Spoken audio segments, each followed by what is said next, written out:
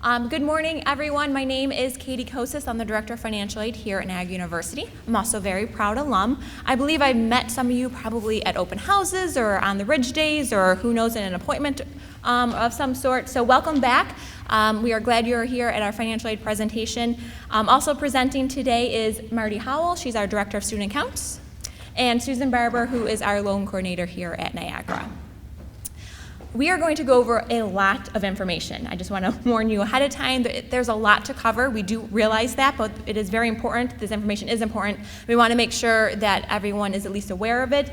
It might take some time to sink in, and that's okay, that we are here for questions throughout the day, tomorrow, or anytime really. So just keep that in mind, that it is a lot of information. I do realize that, but it is all stuff that everyone does need to know at some point. All right, let's get started. So, again, this is the Records and Financial Office's presentation. Presenting today, again, the three of us. We're just going to go over the basic information. This is just a snapshot of some of the people in our office who are here to help you throughout the session here, and again, throughout the summer, and as your child starts their college career in the fall. We are actually one office. But we have three departments within that office. So we are the records, financial aid, and student accounts all in the same building, in the Butler building, which is right next door to either health services or the bookstore, depending on which one you might know already. We're kind of smudged in the middle there. Our hours of operation, right now we're in summer hours, so that means Monday through Thursday from 8:30 to 4:30, and then Friday we're only open till noon. But then starting in mid-August, we go back to our normal hours, which is Monday through Friday, 9 to 5. Our contact information is listed there just so that you have it. Again, down the road, each of our offices is listed separately. What I'm going to do right now is kind of go over the financial aid process. We're not going to talk about the FAFSA because hopefully everybody has done that. We're going to take it kind of from after you file the FAFSA and get in the award letter and all the steps that come after that. If you have not filed the FAFSA yet, which is the free application for federal student assistance, we recommend that you do so as soon as possible so that we can create a financial aid package for your son or daughter. You still have time to do it. You're not out of time, but it is recommended you do that as soon as possible. You'll get reminders from us if you haven't done it already. So we're going to assume that most everybody has. And if you did file a FAFSA, your son or daughter did, they would have received a financial aid packet from us, which would have included the financial aid award letter. It's not exactly like this. It looks very similar. It would have, of course, given their ID number. It would have listed whether or not they were a resident or a commuter, how we packaged them. It would have listed all of their awards on the letter as well. So their merit scholarships, any federal money, any state money, loans, work study, anything that they would have been eligible for and awarded would be on there. Please note at the bottom, it does say that in order to accept or reject their package, they do have to go on to WebAdvisor using their Purple Pass credentials to log in and either accept or reject their aid. Now, all of the grants and scholarships are already in accepted status, so there's nothing they have to do there.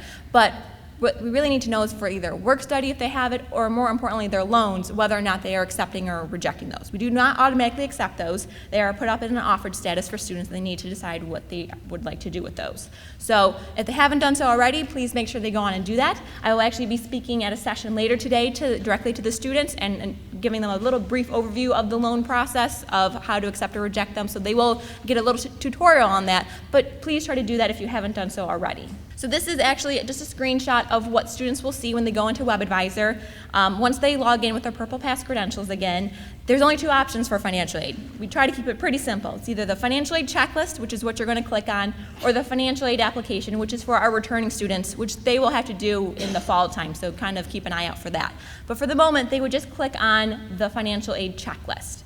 And once they click onto that, it's going to take them to their individualized portal, which has all the information they ever wanted to know about financial aid and their specific financial aid. The home page is going to look like that. It's going to give you a drop-down box, options at the top under financial aid. It is going to, what you really want to look at is My Awards. That's where you're going to either accept or the students will accept or reject their aid.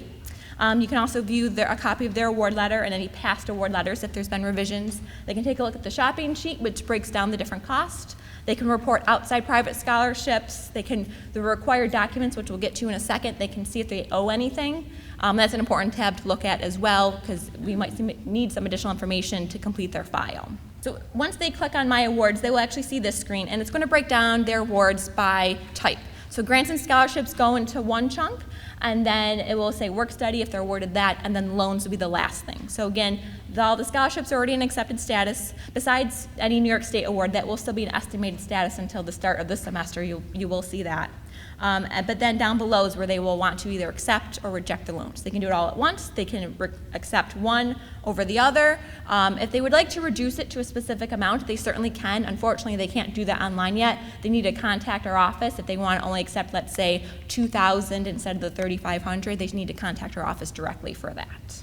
Okay, I mentioned the required document field or area earlier. So this, I do recommend checking on this because it will let you know, again, if the student needs to hand in any additional forms. So if it has a little green check mark next to it, we're good, it's received. But if it's still in like a yellow color, it means we still need some additional information. If it's a form we're missing, we will actually have the link to that form right on there. You just click on it, can print it off and return it to us. Or we'll give them the link that they need to go to, depending on what it is.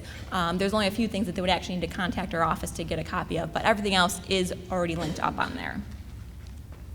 So some of the missing documents that students might encounter, these are the most common ones. There's a variety, but the most common ones is because the student was selected for a process called verification by the federal government. It is a random process. About 35% of our students get selected. When I was a student here, I was selected every single year. So it is something that you have to do. Unfortunately, we do have to follow the federal regulations and follow up with you. What it means is that the processor has selected you for the college to actually confirm all the information that you put on your FAFSA form. So it's just confirming that everything you put on there is actually accurate. We need to make corrections or updates as needed, and then to tell you what your final financial aid package would be. So the most common thing, if you were selected for verification, we would need the verification worksheet. That would have been included in the main packet we sent you, or again, you can get the copy of it online. We would also need copies of both the students' and the parents' 2016 tax transcripts. Now, this again is only if the student worked, and not all students have worked. It is based upon prior year, so it's 2016 information. If you use the data retrieval tool on the FAFSA, then we should be good. We don't need that any actual paper documentation. But if you did not, and the student is selected, we do need copies of the tax transcripts. So your options would be to either go back on the FAFSA and use the data retrieval tool, takes the information directly from the IRS and puts it into the FAFSA, or you need to order the tax transcripts, which we'll get to in the next slide, from the IRS. We unfortunately cannot accept the 1040s that you probably already have in your possession. We do need the actual tax transcripts from the IRS. They are free of charge, takes about 5 to 10 days to get to you, and then we would just need a copy of those. Also, what we would need is 2016 W-2 forms, again, for both student and parents if they worked. If you have your own business, we would need a copy of your Schedule C. All those things would be listed, again, on the required documents, and the students have received several emails from my office already informing them that these documents are missing. And this is just a screenshot just so you can refer back to it in your packet about the IRS tax transcript request process. Pretty simple. You go online, you can request it. They do have an automatic download. You do have to set up a profile for that, so it takes a little bit longer if you want to do that option. Requesting them by mail seems to be the easiest one and less time consuming, and you'll get it in about 5 to 10 days. Okay, I just want to go over some of the different specific scholarships that we're going to talk about. New York State Higher Education Services Corporation, or HESC, as we call it, is the main hub for all of New York State scholarships. So if you have not done so already, I do recommend that you apply for any New York State scholarship, specifically the TAP grant, the Tuition Assistance Program. If you are a New York State resident and your child is attending a New York State school, then they can apply for these scholarships. There are income requirements for many of the programs, so please keep that in mind, but I do suggest that you at least apply and see if you would be eligible. We will start sending out emails to students who we have estimated a TAP award to, but have not yet completed the application. You can also go on to HESC.ny.gov to check out the status, or call them if you have any questions. Our TAP code is 0560, and this is important because you need to have our school code listed on the TAP application, otherwise the money will not come to us. What New York State does is that when you fill out the FAFSA form, you can list up to 10 schools, which is great because it goes to multiple schools, of course. But when you transfer the information onto your TAP application for New York State, they only take the first school that's listed on that FAFSA. So if you have a school other than Niagara listed, the money from the state is going to that other school and not to Niagara. So you need to make sure that our school code is listed. You can change it anytime. Again, go to HESC.ny.gov and to change that. If you have any questions, we can always check in our office for you to see if our school code was listed. We can see if it came in yet, if the roster came in. But if not, if it's still an estimated status, then you do need to make that change. I want to go over some award requirements for some of the different awards that your child might have in their financial aid package, just so that you know that there are limitations and that you can kind of pass it on to your student as they're going forward.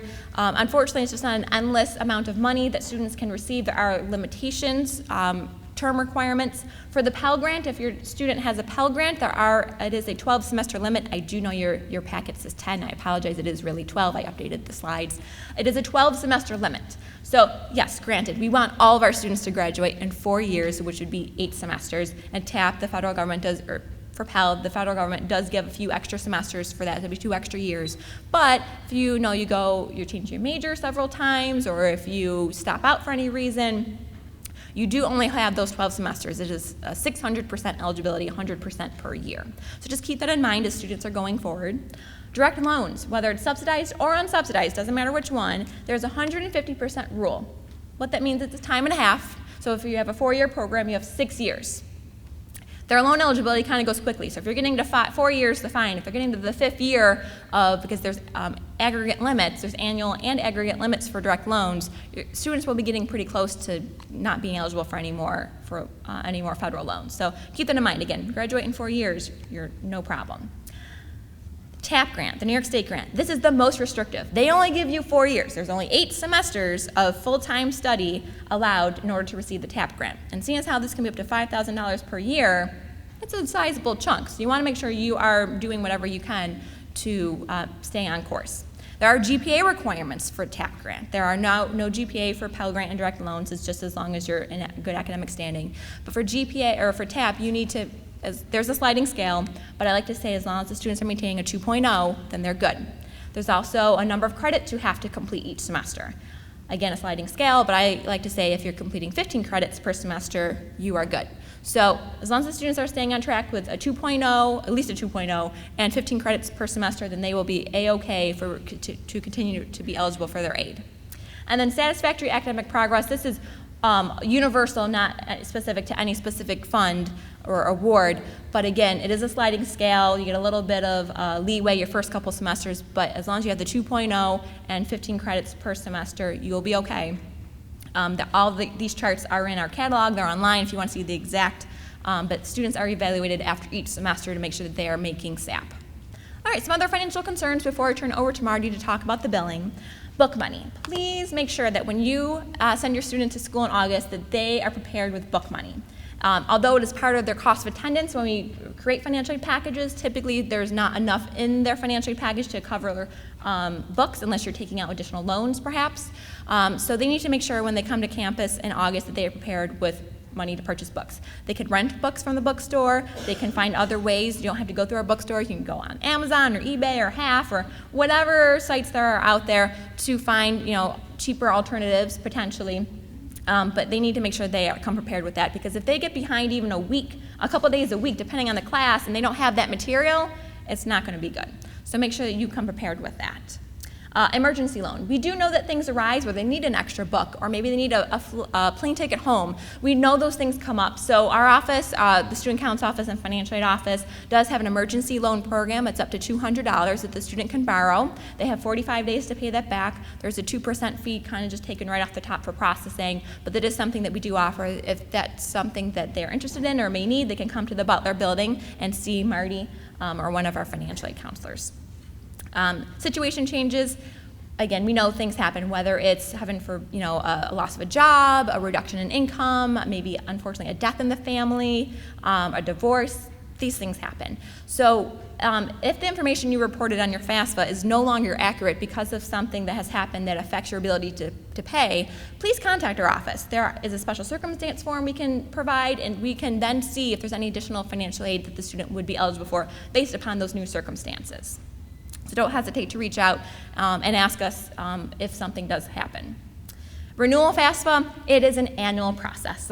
Unfortunately, I know you might have been really excited to get that form done and over with for their first year, and that's great, you did, but now you also need it for their sophomore, junior, and senior year. It is an annual process. It does become a lot easier, though, because you're just kind of rolling over information, just updating the income and number and household and all that stuff, but the basic information is the same. anytime after October 1st, so just a few short months away, you can start filling out the form for the 1920 year, for their sophomore year here on campus. Students will get reminders. They will get plenty of reminders from my office that they need to fill out this form. So make sure that they're kind of, keep touching base with you about that as well. And which leads to future communications. From here on out, starting tomorrow when they register for their classes, all of the communication from our office will be going directly to the student and their student email, their MyNU email.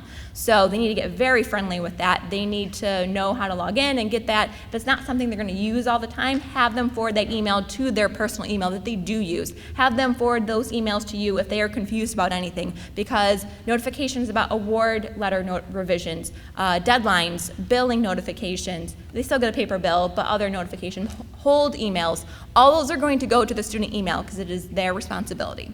Even though you might be paying for some of the education, they are still responsible, unfortunately, for those. So they need to make sure that they are forwarding that stuff to you if they do not understand it. So just keep that in mind. All emails will be going directly to the student email starting tomorrow.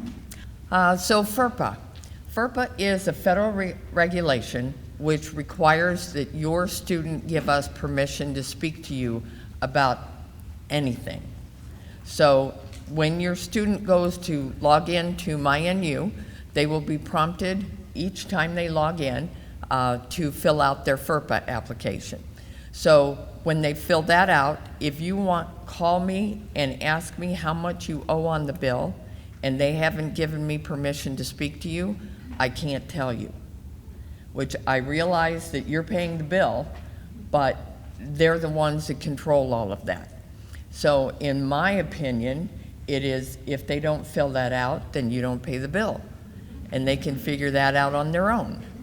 So surely that isn't going to happen. But anyway, and communications, as Katie said, everything from now on will be going to their MyNU email. So it's very important that they hook that up to something that they do use, goes to their phone, whatever it is. And I realize they will get inundated with a lot of different information and a lot of different emails. But anything that comes from student accounts or financial aid is something they need to pay attention to, because it has direct results and ramifications for you. So they need to send that along. Basic charges are tuition fees, room and board. So block tuition, that's regular tuition, is $15,850, or if you choose to do the level tuition, that's for locked in for 8 consecutive semesters, it's $16,200. So the level tuition is an additional $350 per semester. And I will go over that again in a future slide. The student services fee covers many different things. So that's $740 each semester, and it's for all full-time students. Full-time registration fee is a one-time only fee for $200. And the double room and board, that is meals, the rate this semester is $6,600. Now there is a different cost for different meal plans, and that'll come up again in a future slide. And a one-time damage deposit of $100. Overload. If a student is taking more than 18 credit hours or less than 12 credit hours, then each credit hour is $1,060. Lab fees, theater, biology, chemistry, physics, all have lab fees. Nursing skills fee for the 4-year nursing students is $140, and some education classes have certification fees attached to that. What they were finding in education was that students were graduating with their degree, but when they went to take the certification exams, they didn't have the money for it. So we've started collecting the money as they take the different courses, and then when it's time for them to take the certification exam, we give them a voucher and it's already paid for. So what that did is this semester, or this last year alone, it increased our certification rate by like 70%. So it was really a big deal. Also, nursing and business majors have a $500 program fee per semester. Single room charges, depending on the design, are either $475 or $600, and parking decals, either resident or commuter, are charged only in the fall. You will see also various different types of miscellaneous fees. It could be parking fines, library fines, residence hall restoration fees, or judicial fines. Now, on the back of the bill, I don't put any of those charges on there. I do send out the bill with those included, but I can't take them off. So if you want to find out what it is or how to have it taken off or what they can do to appeal that, then you would call the office, and all of their phone numbers are on the back of the bill. I'll show you that in just a minute. So everybody will start out on the carte blanche or unlimited meal plan, and that is with room is $6,600. The silver meal plan with the double room is $65.35, and the bronze meal plan is $64.75. So each one of those meal plans has a different number of entrances per semester and a different amount in the Gallagher Center over here. So the way that the Gallagher Center money works is they put it on their ID card, and when they go and purchase something at one of the kiosks over there, they swipe it just like a debit card, and it subtracts the money that they've spent off of that. So after the 15th of August, you can change the meal plan. If the student chooses to make a different plan, they can do that after the 15th. And they also have the first 2 weeks of school to change their plan each semester. Now, the level tuition plan contract, many of you got this in the mail, probably in May, and some of you sent that in, and some of you are still trying to make up your mind. So what that does is it locks in just the tuition for 8 consecutive semesters. So you know exactly what the cost will be, and typically you pay $350 more a semester the first year. The second semester is pretty much the same as what everybody else is being charged, and then the third and fourth semester is when you actually save the money. So it's possible to save up to around $5,000 if you choose to sign up for that. So we do have some extras. Katie has some over here with her. So if anyone decides that they would like to have that and sign up, then the student would sign that contract, and then you can turn it in before you leave. If the student is under 18, then we also need the parents to sign that. And this is your first bill. And I will be doing that probably next Sunday is when I'm going to print it, and then we'll mail it out. So there is only one billing address, and the student is the only one that can tell us where that bill needs to go. So if you have somebody else who's going to help pay the bill and they need a copy of the bill, then make a copy and send it on. Have the student email me and I can send one out. A student can give the parent access. If they give them their login, they can go online and see it. There's several different ways. So the first line right here is the date. The second is the semester. This is the description. These are charges. These are payments or credits. And this is the balance. And it's a descending balance. Over here, we have pending financial aid. Whether we're able to put it on the student's account or not, doesn't matter. If they've been awarded that, even if you haven't done the TAP application yet, we're going to go ahead and put our estimate up there and subtract it from what the balance due is. Now on here, we're taking off the loan origination fees that are subtracted from the loan kept by the federal government. So you're going to be borrowing $1,750 and $1,000 here, but these are what you actually receive. And then the amount due is down here. One thing that you will not see on the bill, and that is outside private scholarships, because there's so many different things that you would need to do in order to get the private scholarship. You may have to send them the first bill. You may have to send them first semester grades. You may have to send them the student's first schedule. So I don't know what all of those things are, but on the back of the bill, which I'll show you in just a second, you would write down additional financial aid outside private scholarships, and I will take that into account. The other thing that I won't have on there is a work study deferment. If your student has work study and wants to put some of that on their account, they can do anything from 10 to 90%. So I will take 10% off the top for taxes, and then I do whatever percentage they want of that balance. And what that is it's actually a loan. So I'm giving you an instantaneous credit for the amount that the student wants to put on their bill, but then I create another account where every 2 weeks when they get paid, that goes to pay off that amount.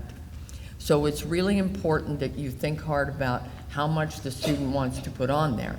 We can do 90%, but understand too that this is the very first semester that students are going to be responsible for doing all of the things that they would normally have you helping them do. Don't forget, you need to do this, you need to do that. This is the first year they're going to be going to class, they're going to be participating in clubs, they're going to be going to work, they'll have midterms, they're going to have papers due, they're going to have finals. So there's a lot of different things, but I really think that work study helps them manage time so much better. So if they don't earn it all that I have put up the first semester, then the second semester I subtract whatever they didn't earn the first semester from their deferments. You just get a lower one the second semester. If you're a Canadian family, we are adding 20% to your out-of-pocket costs, and you will be paying in Canadian funds. That is so we can guarantee that you will not be paying more than 20% exchange. So this morning it was 1.31, so you would be saving 11% as opposed to be paying in US funds. But there is a specific spot that you need to make those payments, so I will be sending you a bill with that specific site on that. On the back of the bill, as I told you before, there is box 1 is expecting additional financial aid. That's either loans or outside private scholarships. And then on the third one, if you check that one for work study, I am required by federal regulations to have an original signature on a work study deferment form. Students can get that over in the Butler building. They can come over and do that, or they can print it online and send that in. But I do need to have the original signature. Also this year, we are charging 2.6% on any credit or debit payments. So we can do electronic checks, paper checks that are free. And as I said before, those are the phone numbers at the bottom that you will need most often. Niagara does have a payment plan. We have a 4-payment plan and a 5-payment plan. It's up to you which one you choose. Each one of them costs $25 per semester, and you do have to sign up each semester. So payment plan A has a down payment and 4 monthly payments and starts August 10th. And payment plan B has 4 payments and starts September 10th. So it's entirely up to you what one works best for you and your family. As you can see at the bottom, the green and blue, the green one is the 5-payment plan, and the blue one is the 4-payment plan. So as you have fewer months, of course, your payments are higher. And October bill. Everybody gets so excited about going out and changing their profile and getting ready to register for the next semester that they put their post office box as their address. And then in October, you're not getting a bill. So you might want to explain to students, if they choose to change their address, which they're welcome to do that, they need to let us know that they want us to continue sending the bill to your address. So that when you are late with the October bill, or the payment rather, that there's no problems with that. So you also notice in the blue right here, the parking decal Sometimes those are charged later, so you've paid everything off, but now there's a parking decal charge. Also in October, if you still see the TAP application and the TAP is still not paid, it's not moved from the bottom down here up to the top as a regular credit, you need to call TAP and find out why. A lot of times you haven't changed the school code, you haven't actually done the application. So even though we're estimating what you're getting, until you get the application processed, it actually isn't going anywhere. So we have our online payment portal, and as I said before, we are, excuse me, now charging the 2.6 for any credit or debit transactions. But there's no charges for any kind of online checks or paper checks that you send in the mail. The convenient campus ID card accounts, there's the bookstore funds, Gallagher Gold funds, and campus funds. Bookstore funds and campus funds, you both save 5% in the bookstore. You can do those either online or in our office. If you do them online, it does take 24 hours to go through. If you do it in our office, then we can take care of it right away. The Gallagher Gold funds, those help you out because there's no tax on the food, but it does expire at the end of the spring semester based on New York State tax law. Campus funds and bookstore funds roll over from semester to semester though. And you can get those back once a student has stopped attending Niagara, then we can refund that to you, anything that's left. And penalties. I understand that life happens when you send your child to school. So you really need to let me know if there's a problem. If you need an extra week, an extra couple weeks, if there's a problem, somebody lost their job or something's going on, you call me and you let me know so that we can figure out a way around it. There may be some other things that we can do. So it's really important that we work through this together. Also, if the bill is not paid in full or you're not on a payment plan and current on the payments, then there would be no registration for further semesters until that's paid. I start sending out emails for holds sometime around the end of September and February. And it's really early, I know that, but I want students to have the most time possible to make their payments or to get whatever is wrong straightened out. So when registration starts in November and in April, that they aren't in my office crying, because that's hard on all of us, and we don't want that. So I send it to them early so they have plenty of time to get that straightened out, or you can call and help get that straightened out, and we can all move along.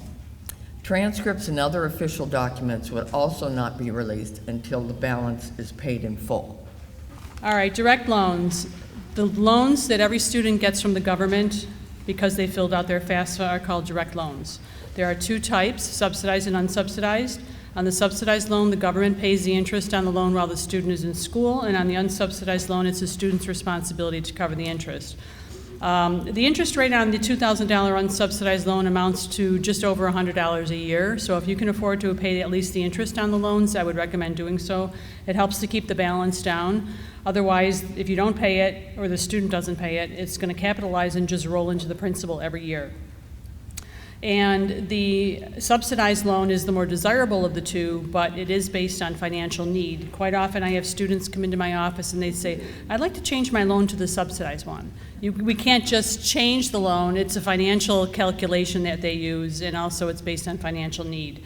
And then the payments on those loans will begin typically 6 months after they finish school and they've graduated, or if they decide to take a semester off or even drop out of school, they have a 6-month grace period and then payments begin. If they're in a position where they're unable to make the payments on the loan for whatever reason, we would recommend that they give us a call, or you can contact your servicer and let them know that you're in a situation and they will work things out with you. Now, on the front of the purple handout, you'll see the loans starting with the freshman level, sophomore, then junior and senior. You'll notice at the freshman level it's $3,500. And then sophomore and junior is $4,500, junior $5,500, and senior is also $5,500.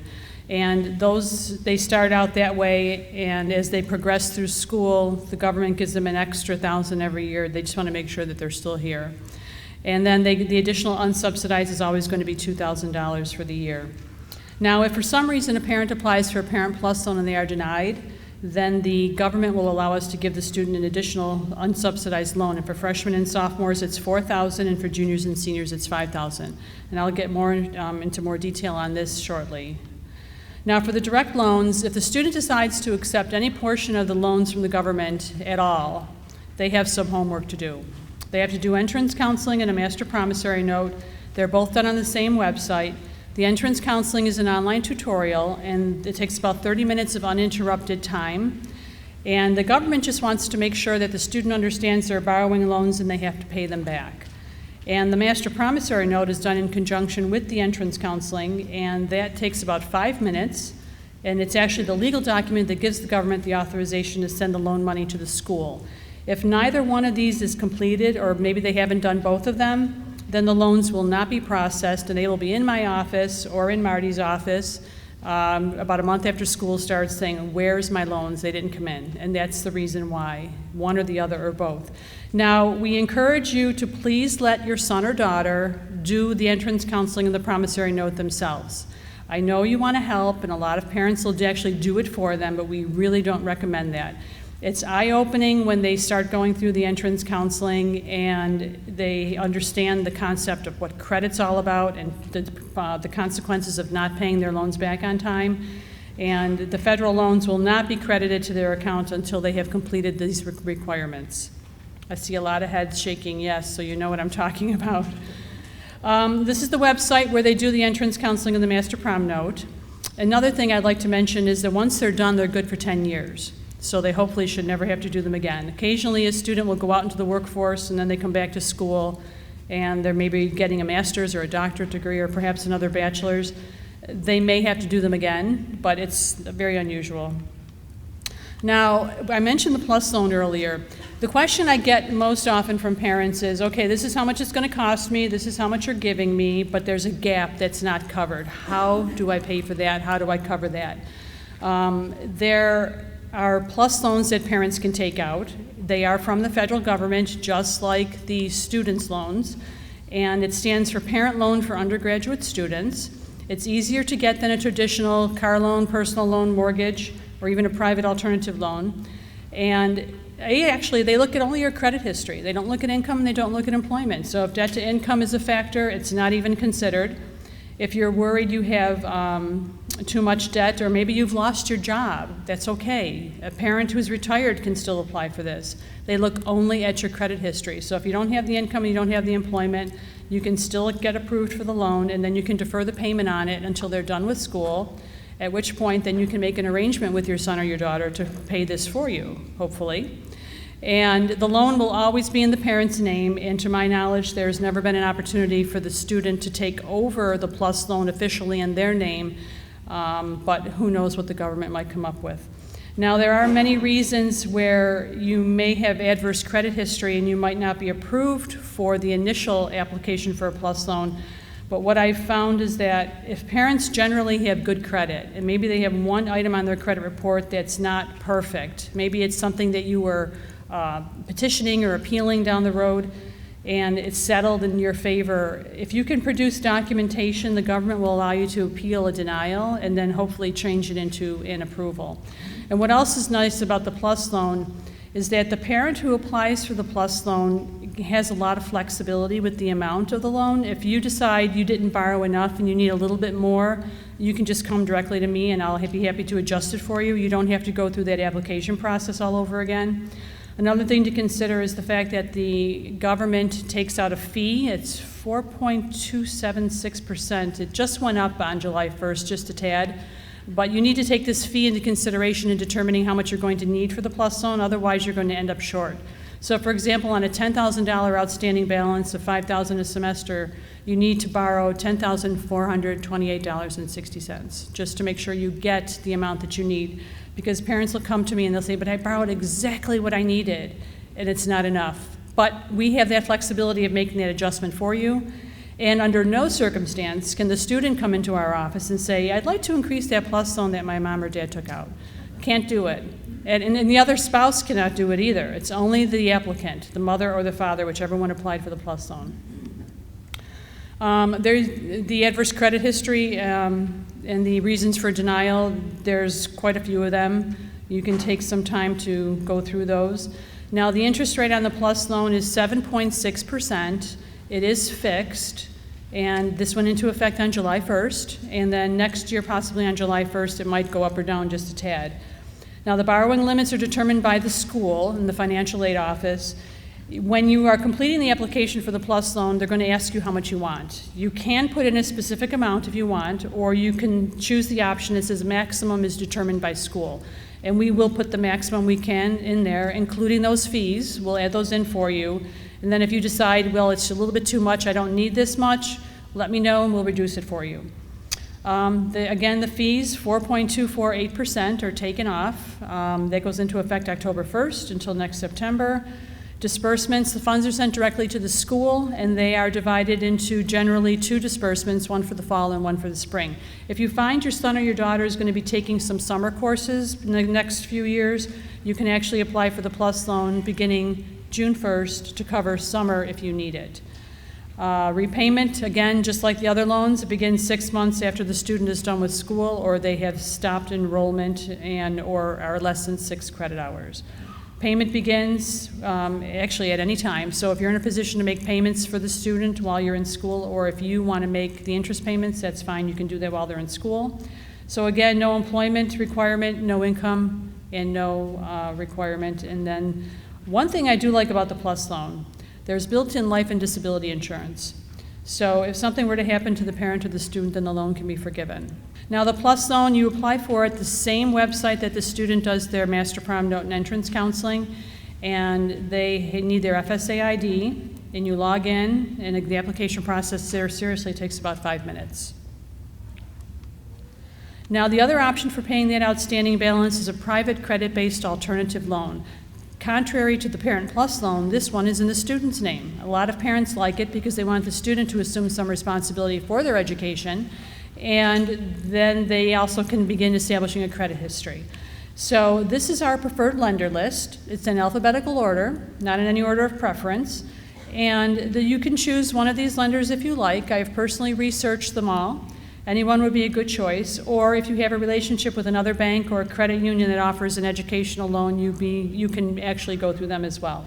If you want to shop around, the website at the bottom of the screen, elmselect.com, allows you to compare up to 3 of these lenders side by side, and they all offer variable or fixed rate options. So you can choose whichever one you like depending on your risk tolerance. Me personally, I don't like surprises, so I'd probably go with the fixed rate. Now, this shows you what it would look like if you were to go to the elmselect.com website, and here we're comparing Wells Fargo's fixed rate loan to PNC's variable rate loan. So you'll see the interest rates vary quite a bit between for the loan for the fixed rate, and it is based on the parent's credit history. Because the loan is in the student's name and they have no credit history of their own at this time, they will ask for a cosigner, and typically that's when the parents cosign. Now, one thing I'd like to mention too, about the private loans, is that they all offer a cosigner release option. The ones that are on our list, the cosigner release option is an opportunity for the student to take over the loan from the parent after they've graduated from school. So if you take a look at the white sheet of paper inside your handout, it will list all of our preferred lenders. You can choose any one of them if you like, and the cosigner release option varies slightly from lender to lender. So if you look at Sallie Mae, for example, after 12 payments, you can apply to have the loan, and the student can apply to have the loan in their name, provided they have an established credit history. The other ones range from 24 to 48 months. But typically the student will graduate from school, they begin making payments. After they've made the minimum number of required payments, they can apply to have the loan in their name and then remove the cosigner. So you're not locked into this loan forever, and it does offer you an out. The Parent Plus loan, however, unfortunately will always be in the parent's name. And then this is just to recap the student interest rates on the student loans. Subsidized and unsubsidized for the undergrad is 5.05, and it is fixed. Also for the undergrad, unsubsidized loan, and then the Parent Plus loan is fixed at 7.6%. Raise your hand if you're very overwhelmed by all the information we have gone over today.